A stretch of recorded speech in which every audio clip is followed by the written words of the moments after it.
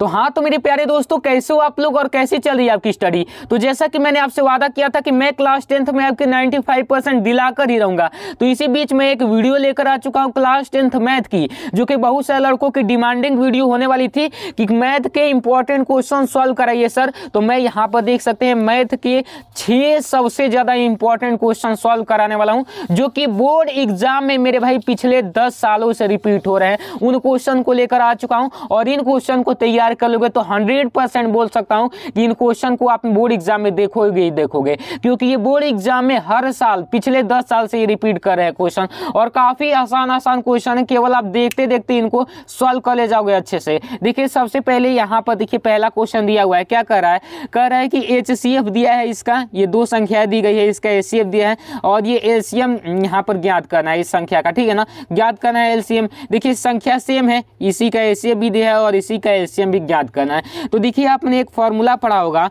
संख्या A into B, संख्या A into B मतलब कि 2 संख्याओं का गुणनफल बराबर होता है LCM और HCF के गुणनफल के। ये आपने एक पढ़ा होगा, नहीं पढ़े हैं तो याद रखिएगा, 2 संख्याओं का गुणनफल LCM और HCF के गुणनफल के बराबर होते हैं। ठीक, चलिए अब 2 संख्याएं दी गई है, एक 306 और एक कितना है 657 है, तो इसके जगह पर 306 लिख देंगे और गुना कितना लिखेंगे 657 लिख देंगे और बराबर में LCM इसका कितना दिया है, LCM भाई निकालना है तो LCM के जगह पर LCM लिख दो, और HCF कितना दिया है इसका तो 9 दिया है, तो यहाँ पर हम क्या लिख देंगे 9 लिख देंगे। ठीक, अब देखिए यहाँ पर देखिए LCM को इधर ही रख देंगे, LCM बराबर अब देखिए ये हो जाएगा 306 और गुना में 657, इधर का 9 गुना में था तो इधर आएगा तो किस में हो जाएगा भाग में।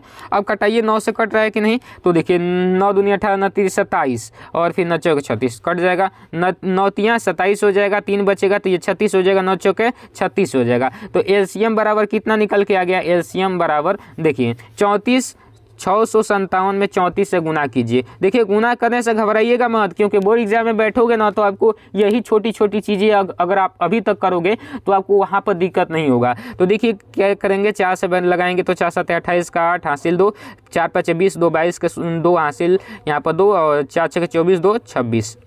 ठीक, 7 तिया 21 के 1 हासिल 2 और फिर से 5 तिया 15 2 17 के 7 हासिल 1 और 6 तिया 18 1 19 जोड़ लीजिए 8 2 1 3 7 6 13 के 3 हासिल 1 7 2 9 1 10 के 0 हासिल 1 1 1 2, यानी कि इसका LCM आ जाएगा 20 33 8। यही इसका राइट आंसर आ गया। इसी प्रकार से आपको सॉल्व करना है। काफ़ी आसान क्वेश्चन बोर्ड एग्जाम में पूछे जाते हैं, केवल आप घबरा जाते हो। और इस क्वेश्चन को तो भाई मैं बाद में कराऊंगा, क्योंकि काफ़ी अच्छे से इसको समझाना पड़ेगा, ठीक है ना। अभी जस्ट रुके रहना, आपको काफ़ी अच्छे से उसको समझा दूंगा। अब देखिए मेरे भाई, ये जो एक अगला मोस्ट इंपॉर्टेंट क्वेश्चन आ जाता है, देखिए यहाँ पर काफ़ी मोस्ट इंपॉर्टेंट क्वेश्चन ये भी है, कह रहा है पढ़िए सबसे पहले ध्यान से, क्योंकि क्वेश्चन को सबसे पहले अच्छे से पढ़ा जाता है तब उसको सॉल्व किया जाता है। कह रहा है द्विघात बहुपद, द्विघात बहुपद का मतलब जिसकी घात अधिकतम 2 हो। तो ये आपका दिया है x² + 7x + 10 के शून्य ज्ञात कीजिए और शून्यकों के गुणांकों, देखिए शून्यकों तथा गुणांकों के बीच के संबंध की सत्यता की जाँच कीजिए। देखिए सबसे पहले इसका आपको शून्य ज्ञात करना है और शून्यकों और गुणांकों के बीच में यहाँ पर संबंध बताना है और सत्यता की जांच भी करना है। तो देखिए इसका शून्यक, सबसे पहले इसका गुणनखंड आपको कहीं पर साइड में कर लेना है रफ वर्क के तौर पर। तो देखिए रफ वर्क के तौर पर मैं यहीं पर कर देता हूं, बाकी क्योंकि भाई एग्जाम में कैसे लिखना है वो चीज़ इंपॉर्टेंट होता है। इसको सबसे पहले रफ वर्क के तौर पर इधर कर लीजिए, x² + 7x + 10 दिया है, ठीक है ना। इसको करोगे तो कितने बार में 10 का निकालोगे, इसमें गुना करोगे तो 4 + 3 ना नहीं होगा। देखिए कैसे 10 का करेंगे तो भाई 2 5 10, हाँ 5 + 2 हो जाएगा, ठीक है ना। x² + 5x + 2x + 10, इतना तो आप जानते ही होंगे भाई, क्लास 10th में आ चुके हैं। तो x कॉमन लेंगे तो x + 5 और यहाँ पर +2 कॉमन लेंगे तो x + 5, x + 5 एक ब्रैकेट में हो जाएगा और x + 2 एक ब्रैकेट में हो जाएगा। ठीक, अब देखिए इसी चीज़ को केवल आपको लिखना है। तो कैसे लिखना है बोर्ड एग्जाम में, सेम इसी प्रकार से लिखना है। देखिए सबसे पहले बहुपद x² + 7x और यहाँ पर +10 का प्राप्त गुणनखंड कितना प्राप्त हुआ था भाई, तो एक प्राप्त हुआ था x + 5 और एक प्राप्त हुआ था x + 2। ठीक। अब देखिए इसके शून्यक निकालिए, कैसे शून्यक निकलेगा, तो भाई शून्यक बराबर देखिए शून्यक कैसे निकलेगा, तो काफ़ी आसान है। शून्यक यहाँ पर देखिए कैसे निकलेगा, शून्यक बराबर आप ऐसे कीजिए, शून्यक बराबर इसको सबसे पहले देख लीजिए x + 5 बराबर कितना हो जाएगा मेरे भाई, x + 5 बराबर यहाँ पर 0, और तो देखिए x बराबर कितना हो जाएगा -5 हो जाएगा। ठीक, ये एक निकल आया। अब देखिए x + 2 बराबर 0, तो x बराबर कितना हो जाएगा -2। अब देखिए यहाँ पर शून्यकों के गुणांकों, शून्यकों तथा गुणांकों के बीच में सत्यता की जांच कीजिए। शून्यकों का योग, ठीक है ना, यहाँ पर योग छूट गया है कि योग तथा गुणांकों के बीच में सत्यता की जांच कीजिए। तो देखिए यहाँ पर कैसे करेंगे, अल्फा प्लस बीटा, शून्यकों का योग क्या होता है, अल्फा प्लस बीटा बराबर -b/a, ध्यान रखिएगा ये फॉर्मूला, और गुणनफल बराबर होता है अल्फा इंटू बीटा बराबर c/a होता है। तो देखिए यहाँ पर इसको हम बोलेंगे a, इसको बोलेंगे b और इसको बोलेंगे सी। एक्स स्क्वायर का जो भी गुणांक होता है इसको ए बोलते हैं, और एक्स का जो गुणांक होता है उसको बी बोलते हैं, और अचर पद को क्या बोलते हैं, सी बोलते हैं। तो -b, बी का मतलब ये 7 है तो -7 हो जाएगा, और बटा ए का मतलब एक्स स्क्वायर का गुणांक यानी कि कितना, ये 1 हो जाएगा, तो इसका मान आ जाएगा -1/7, और अल्फा इंटू बीटा बराबर कितना निकलेगा, तो भाई ये होता है c/a। अब देखिए अल्फा इंटू बीटा बराबर सी का मान कितना है, 10 है, 10 लिखेंगे, ए का मान कुछ नहीं है तो 1 है, इस प्रकार से। अब देखिए सत्यता की जांच कैसे होगी, सबसे पहले इनका जो हमारा इसका निकल आया था ये दोनों, इसको क्या कीजिए एक बार जोड़िए, जोड़ेंगे तो -5 और -2 कितना हो जाएगा, -7 आ जाएगा, और -7/1 -7 के ही बराबर होता है। अब देखिए इसका गुणनफल कीजिए तो -5 में 2 से गुणा करेंगे तो -10 हो जाएगा, सॉरी +10 हो जाएगा। तो देखिए यहाँ पर ये +10 आ गया है, तो जो कि सत्य है, क्या लिखेंगे, सत्य है। ठीक, इस प्रकार से आपको करना है। उसके बाद देखिए काफ़ी इंपॉर्टेंट क्वेश्चन जो कि हर साल ये भी आपके बोर्ड एग्जाम में रिपीट करता है, ठीक है ना। कह रहा है कि 5 पेंसिल तथा 7 कलमों का मूल्य 50 रुपये है, जबकि 7 पेंसिल तथा 5 कलमों का मूल्य 46 रुपये है। तो बताना है कि 1 पेंसिल तथा 1 कलम का मूल्य कितना होगा। अब भाई काफ़ी ज़्यादा आसान क्वेश्चन है। देखो सबसे पहले आपको कुछ नहीं करना, दिया है 5 पेंसिल का मूल्य और 7 कलम का मूल्य, तो दोनों को मान लीजिए भाई, मान लेते हैं हम, देखो क्या मान लेते हैं, मान लिए पेंसिल का मूल्य, पेंसिल का मूल्य बराबर x, उसके बाद मान लिए कलम का मूल्य, ठीक, कलम का मूल्य बराबर y। ठीक, अब देखिए अब बहुत ज़्यादा आसान हो गया। अब इक्वेशन प्रश्न का अनुसार बना लीजिए, तो लिखेंगे प्रश्नानुसार। प्रश्न क्या कह रहा है मेरे भाई, प्रश्न पढ़िए, कह रहा है प्रश्न, देखिए क्या कह रहा है, कह रहा है कि 5 पेंसिल तथा 7 कलमों का मूल्य 50 रुपये है। 5 पेंसिल तो 5 और माने हैं पेंसिल का मूल्य x, तो 5 पेंसिल को कर दिए 5x प्लस 7 कलमों का मूल्य तो 7, और कितना माने हैं, y माने हैं तो y लिख देंगे, बराबर कितना हो जाएगा, 50 हो जाएगा। सेम उसी प्रकार से फर्स्ट कंडीशन, अब सेकंड कंडीशन में देखो क्या कह रहा है, सेकंड कंडीशन में कह रहा है कि 5 यहाँ पर 5 कलमों का मूल्य, सॉरी 7 पेंसिल तथा 5 कलमों का मूल्य 46 रुपये है। तो कितना दिया है, 7 पेंसिल, तो पेंसिल 7x हो जाएगा, x माने है तो, और प्लस अब देखिए यहाँ पर 5 कलमों का मूल्य, 5 कलम का 5y हो जाएगा, और कितना दिया है, 46 दिया है। अब इस इक्वेशन को सॉल्व कर लो, इसको मान लो इक्वेशन फर्स्ट और इसको मान लो इक्वेशन सेकेंड। अब कैसे सॉल्व करेंगे, देखिए सबसे पहले हम क्या करते हैं, इसको विलोपन विधि से कर लेते हैं। तो लिखेंगे समीकरण 1 में इससे गुना कर दीजिए 7 से, और 2 में इससे गुना कर दीजिए 5 से, क्योंकि कट जाएगा, विलोपन में कटाना होता है। तो देखिए कितना हो जाएगा, इसमें 7 से गुना करेंगे तो 7 × 5 = 35x प्लस 7 × 7 = 49y प्लस 7 से करेंगे तो 350 हो जाएगा, ठीक है ना, 7 × 5 = 35, 350 हो जाएगा, ठीक है ना। अब देखिए काफ़ी ज़्यादा आसान हो गया। अब इसमें 5 से करेंगे तो 5 × 7 = कितना हो जाएगा, 35 हो जाएगा, फिर 5 से करेंगे 5 × 5 = 25y हो जाएगा, बराबर 5 से करेंगे इसमें तो 5 × 6 = 30 हो जाएगा, और 5 × 4 = 20 और 3 = 23 हो जाएगा। ठीक, अब देखिए इसको कटा दीजिए भाई, यहाँ पर x है, देखिए अब इसको कटा दीजिए, ये माइनस चिन्ह हो जाएगा, ये माइनस हो जाएगा, ये भी माइनस हो गया, ये कट गया। अब देखिए 49 में से 25 घटेगा तो 9 में से 5 जाएगा 4, और यहाँ पर देखिए 4 में से 2 जाएगा 2, 24 हो जाएगा, और यहाँ पर हो जाएगा y बराबर। अब इसको घटा दीजिए तो 0 हो जाएगा, 5 में से 3 जाएगा 2 हो जाएगा, और 3 में से 2 जाएगा 1 हो गया, 120 हो गया। तो y बराबर निकालिए, 120 से इसमें भाग कर दीजिए, 120 भागे कितना, 24, ठीक है ना। अब देखिए 12 से कटाइए, 12 × 120 और 12 दूने के 24, और 2 × 5 = 10, y का मान कितना आ गया, 5। अब y का मान समीकरण 1 में रख दीजिए, ठीक है ना, y का मान समीकरण 1 में यही है ना आपका समीकरण 1। देख लीजिए, इसी में y का मान रख दीजिए। तो यहाँ पर देखिए 5x प्लस 7, y का मान कितना है 5 बराबर कितना है 50, तो 50 लिख देंगे। तो x बराबर कितना निकल के आ गया, x बराबर देखिए 5x बराबर, एक बार इसको कर लीजिए, 5 7 35 बराबर 50, ठीक है ना। अब देखिए यहाँ पर देखिए x बराबर 50 माइनस 35 और बटा में ये 5 चला आएगा भाग में, ठीक है ना। तो 35 में से 50 में से 35 घटाओगे तो कितना बचेगा 15 बचेगा, और 15 बटा 5 यानी कि 3, यानी कि हमारे x का मान कितना निकल के आया 3। तो लिख देंगे चूँकि यहाँ पर किसका, पेन का मूल्य, पेंसिल का मूल्य, पहले पेंसिल का हमने माना था तो पेंसिल का लिख देंगे भाई। देखिए इस प्रकार से पेंसिल का मूल्य, पेंसिल का मूल्य कितना आया है, पेंसिल का मूल्य हम x माने थे ना, तो x का मान कितना आया भाई, तो x का मान यहाँ पर देखिए, यहाँ पर ही x का मान आया है, x बराबर 3, तो यहाँ पर लिख देंगे 3 रुपये, ठीक। अब देखिए उसके बाद यहाँ पर क्या दिया था, पेन का मूल्य, पेन का मूल्य बराबर कितना आया था 5 रुपये, ठीक। ये 3 रुपये है, ठीक है ना, मत समझिएगा कि 30 है, ठीक। तो इस प्रकार से हमारा निकल के आ गया। तो बस इसी प्रकार से इस क्वेश्चन को सॉल्व करना है। अब देखिए भाई, अब ये क्वेश्चन काफ़ी ज़्यादा शानदार क्वेश्चन है, क्योंकि काफ़ी आसान आसान क्वेश्चन बोर्ड एग्जाम में पूछे जाते हैं। आप केवल डर के मारे घबरा जाते हो कि मैथ ये है वो है, हमारे से पढ़िए भाई, मैथ को दिमाग में ठोक देंगे, ठीक है ना। देखो यहाँ पर 5x माइनस 4y प्लस 8 बराबर 0, तुलना करके ज्ञात कीजिए कि रेखाएं प्रतिच्छेदी हैं। ये भी दिया है, ये 2 समीकरण आपको दिए गए हैं यहाँ पर, और इसमें तुलना करके ज्ञात बताना है कि रेखाएं प्रतिच्छेदी हैं, समांतर है अथवा समपाती है। सबसे पहले समझ लो, कुछ समझ लेना हो जरूरी होता है, क्योंकि मैथ में कॉन्सेप्ट होता है, कॉन्सेप्ट इज पावर। समझ लो सबसे पहले a1 बटा a2 is not equal to b1 बटा b2। तो ये कैसा होगा, ये रेखाएं प्रतिच्छेदी होगी, ठीक है ना, प्रतिच्छेदी। आप देखिए a1 बटा a2 बराबर है b1 बटा b2, बराबर नहीं है c1 बटा c2। ये रेखाएं कैसी होगी, समांतर होगी, ठीक, समांतर होगी। अब ध्यान से देखना, अब a1 बटा a2 बराबर है b1 बटा b2, बराबर है c1 बटा c2। ये रेखाएं कैसी होगी, समपाती होगी, समपाती। यही कॉन्सेप्ट आपको ध्यान में रखना है। अब ये कुछ भी नहीं है, देखो x के आगे वाला गुणांक को a1, और इसको मान लेंगे इसके आगे वाले को a2, इसको मान लेंगे b1, इसको मान लेंगे b2, इसको मान लेंगे c1, इसको मान लेंगे c2।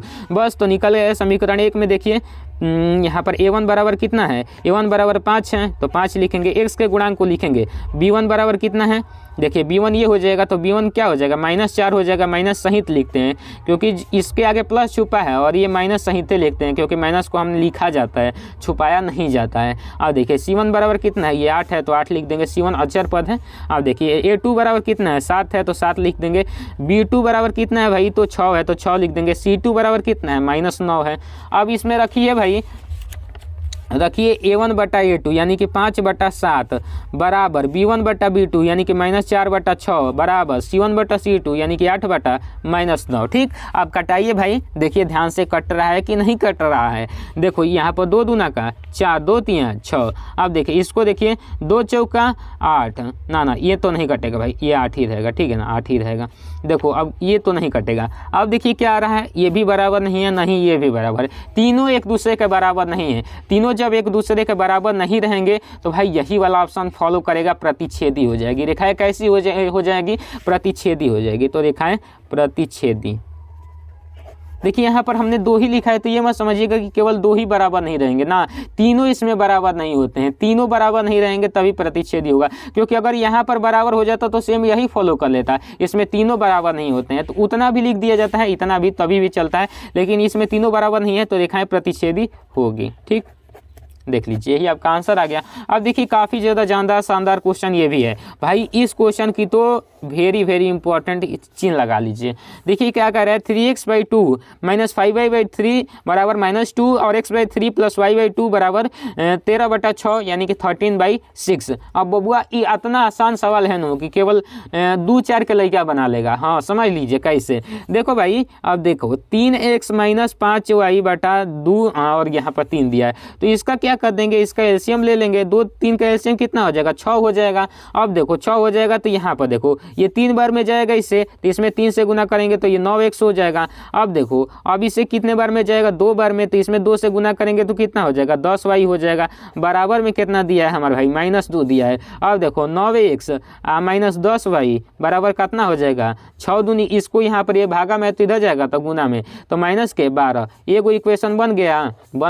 अब देखो अब इसका भी सेम वही उसी प्रकार से करेंगे। देखो कैसे, यहाँ पर देखो इसका सबसे पहले एलसीएम ले लो, इसका तो 2 3 का एलसीएम 6 हो जाएगा। ऊपर यहाँ पर ये 2 बार में जाएगा तो 2 से गुना करेंगे, 2x प्लस में है तो प्लस। अब इससे 3 बार में जाएगा तो 3y और बराबर कितना हो जाएगा, 13/6। अब देखो ध्यान से 2x प्लस 3y बराबर, ये इधर भाग में उधर जाएगा तो गुना में 13/6 गुने 6, ये 6 से ये 6 कट गया, यानी कि 2x प्लस 3y बराबर कितना हो जाएगा, 13 आ जाएगा समीकरण 2। काफ़ी ज़्यादा आसान हो गया। आप देखो कैसे करेंगे भाई, इसमें कोई भी ऐसा तरकीब निकालो जिससे इसको एक को विलुप्त कर दो, विलोपन विधि से। तो देखिए कैसे होगा, इस वाले का गुना इस 2 से इस समीकरण 1 में गुना कर देंगे और इस 9 से समीकरण 2 में। लेकिन भाई ये जो y का गुणांक दिख रहा है ना, इसको कर दो, काफ़ी ज़्यादा आसान होगा, जोड़ने पर हो जाएगा। अब देखो 3 से समीकरण 1 में गुना कर देंगे और समीकरण 2 में 10 से गुना कर देंगे। तो इसमें 3 से गुना करो तो 9 3 27x और फिर -30y और बराबर 12 36 हो गया। ठीक, अब देखो समीकरण 2 में 10 से गुना करेंगे तो 10x और 10 दूनी के 20x हो जाएगा और प्लस 10 3 30y और बराबर ये हो जाएगा 13 में 130। इसको जोड़ने पर, ठीक है ना, जोड़ने पर लिख देना। और यहाँ पर मैंने एक क्वेश्चन कराया था, इसमें आपको नहीं बताया, गुणा करके घटाने पर, ठीक है ना, घटाने पर लिख देना। ये चीज़ ध्यान देना, छोटी छोटी मिस्टेक नहीं करना है। अब जोड़ने पर चिन्ह नहीं बदलता है तो इसको कटा देंगे। और ये जो नीचे ये प्लस का चिन्ह छुपा है तो ये दोनों जुड़ जाएंगे, तो ये 40 7 47 x हो जाएगा बराबर। ये प्लस छिपा है यहाँ पर, ऊपर माइनस है तो घट जाएगा, तो 10 में से 6 जाएगा तो 4 हो जाएगा। और फिर यहाँ पर देखो 12 में से 3 जाएगा तो 9 हो जाएगा, 94। ये बड़ा वाला है तो प्लस का चिन्ह यहाँ पर लिख देंगे। x बराबर कितना आ जाएगा, 94/47। से 2 बार में कट जाएगा, ठीक है ना, 2 बार में ये कट गया। x बराबर कितना निकल के आ गया, 2। और x का मान किसी समीकरण में रख दो, समीकरण 1 में x का मान रखने पर, ठीक ना, रखो 1 में, तो ये क्या है, 9x माइनस 10y बराबर -12। चाहे समीकरण 2 ही में रख दो, काफ़ी ज़्यादा आसान है ये है। तो x का मान रख दो 2 गुणे 2 प्लस 3y बराबर 13। तो 3y बराबर, ये 2 दूना का 4 इधर जाएगा तो माइनस में 13 माइनस 4 तो कितना हो जाएगा, ये हो जाएगा y बराबर 9 4 13, तो 9 इधर बटा में आ जाएगा, यानी कि y बराबर कितना निकल के आ गया, 3।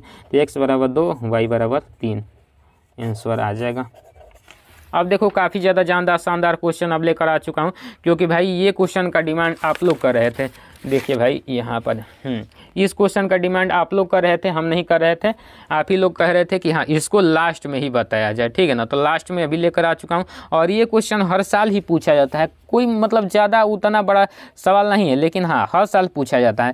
देखो कैसे आपको करना है, काफ़ी ज़्यादा आसान क्वेश्चन है। देखो सबसे पहले कह रहा है सिद्ध कीजिए कि √5 एक अपरिमेय संख्या है। अपरिमेय संख्या सिद्ध करना है √5 को। तो सबसे पहले देखिए, जब भी अपरिमेय सिद्ध करना हो ना, तो इसका उल्टा हम इसको मान लेते हैं। 3 नंबर में मतलब पूछा जाता है, नहीं तो 5 नंबर में। 5 नंबर में रियल कंडीशन में आता है, 3 नंबर में अधिकतर आता है। तो सबसे पहले मान लेंगे इसके उल्टा, तो माना √5 एक परिमेय संख्या है। क्या है, परिमेय संख्या है। अब परिमेय संख्या का गुण क्या होता है मेरे भाई, परिमेय संख्या वो संख्या होती है जिन्हें p/q के रूप में लिख सकते हैं। तो हम इसको भाई लिख सकते हैं ना, हमने माना है तो हम लिख सकते हैं।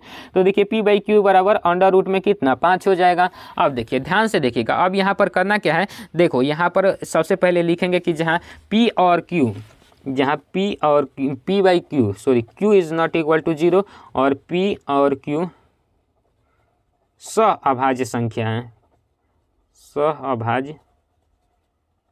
सअभाज्य संख्या है, ठीक है ना, संख्या हाँ ठीक, इस प्रकार से लिख देंगे। अब देखो मेरे भाई, अब देखो यहाँ पर p बराबर ये √5 q कर देंगे, इसके गुना इसमें कर देंगे। अब स्क्वायरिंग बोथ ऑफ साइड, यानी कि दोनों पक्षों का वर्ग करने पर दोनों पक्षों का वर्ग कर दीजिए, तो ये p² हो जाएगा। √5 का वर्ग करोगे तो 5 हो जाएगा और q² हो जाएगा, ठीक है ना। अब देखिए, चूंकि यहाँ पर देखिए ध्यान से देखिएगा, ये जो है पी स्क्वायर का गुणांक कितना है 5 है ना, पी स्क्वायर का गुणांक 5 है, क्यू स्क्वायर का गुणांक, और यहाँ पर पी स्क्वायर 5 से डिवाइड है, चूँकि पी स्क्वायर 5 से भाज्य है, अतः पी भी 5 से भाज्य होगा।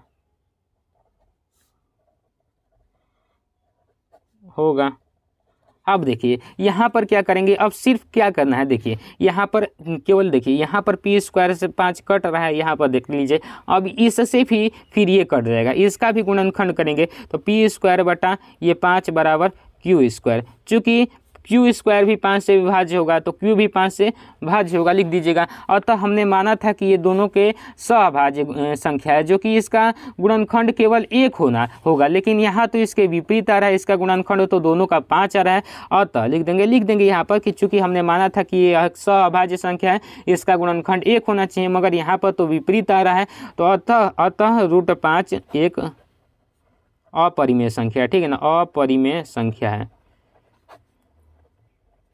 और यहाँ पर से भी आप कर सकते हो, कैसे करोगे, देखो यहाँ पर देखो, यहाँ पर पी स्क्वायर आया था ना, और बटा में क्यू स्क्वायर आ जाता है, क्यू स्क्वायर, ठीक है, क्यू स्क्वायर बराबर कितना है 5 है, ठीक, √5 का करेंगे तो 5 आ जाएगा। अब देखो p बटा क्यू का होल स्क्वायर इसको लिख सकते हो, बराबर में 5 लिख सकते हो, चूँकि ये क्या है, ये भिन्न के रूप में है, ठीक है ना, भिन्न के रूप में है, और ये किस रूप में है, तो ये पूर्णांक के रूप में है, पूर्णांक के रूप में है, चूँकि भिन्न कभी भी पूर्णांक के बराबर नहीं होता, अतः √5 क्या हो जाएगी, अपरिमेय संख्या हो जाएगी। तो इस तरीके से भी आप कर सकते हो। तो पूरा का पूरा मैंने 6 क्वेश्चन आपको सॉल्व करा दिया। आशा करता हूँ वीडियो अच्छी लगी होगी, तो लाइक कीजिएगा, शेयर कीजिएगा, सब्सक्राइब कर लीजिएगा। जय हिंद।